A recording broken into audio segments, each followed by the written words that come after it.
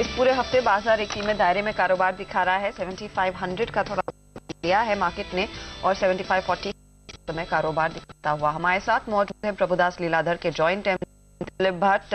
Dilip, of course बाजार चिंतित है इराक के डेवलपमेंट्स को लेकर, क्योंकि तरह का उबाल देखने को मिला है। भारतीय इकोनॉमी पर उसका सीधा असर पड़ेगा, इन्फ्लेशन बढ़ सकता है, चिंता सबको है। ऐसे में आपको क्या लगता है, बाजार में इंडेक्स प्ले करना चाहिए या फिर स्टॉक्स के साथ ही रहे तो वहां पर एक बेटर अपॉर्चुनिटी है और सेफर साइड का प्ले रहेगा?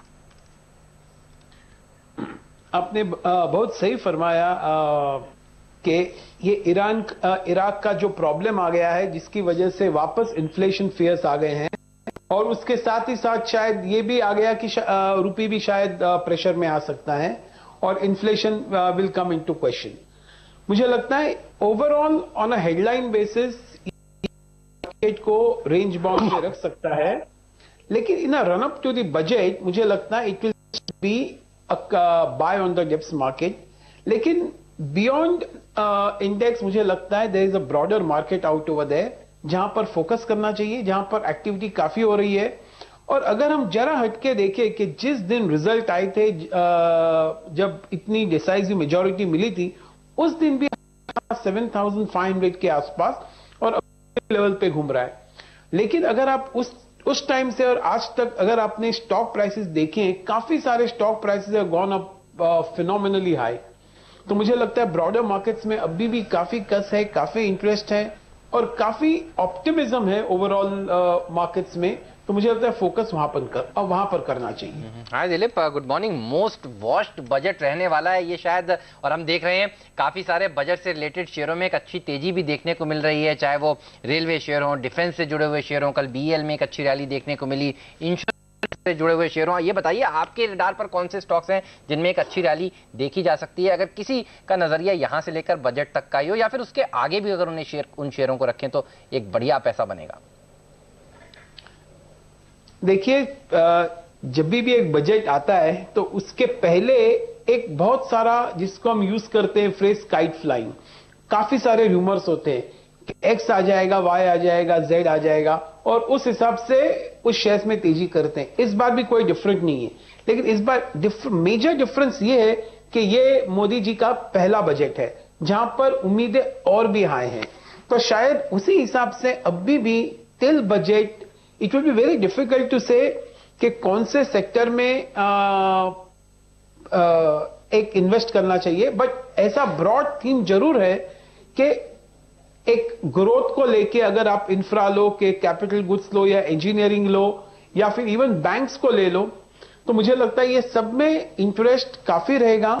और it will be very difficult to pick and choose, because जैसे मैंने कहा एक बजट तक का माहौल रहेगा जहां पर there will be some kind of frenzy.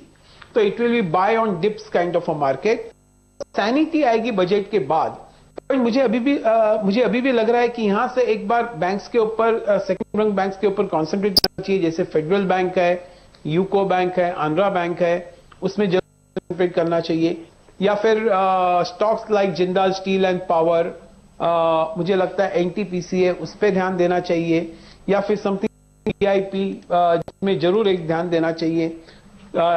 TNPL है, वो भी काफी ठीक लग रहा है। It is a wide variety and a basket of stocks which one should concentrate on. एक स्पेस जो आज काफी एक्टिव हुई है वो है रेटिंग एजेंसीज की। दिलीप, आपको क्या यहाँ पर एक बड़ी अपॉर्चुनिटी लग रही है?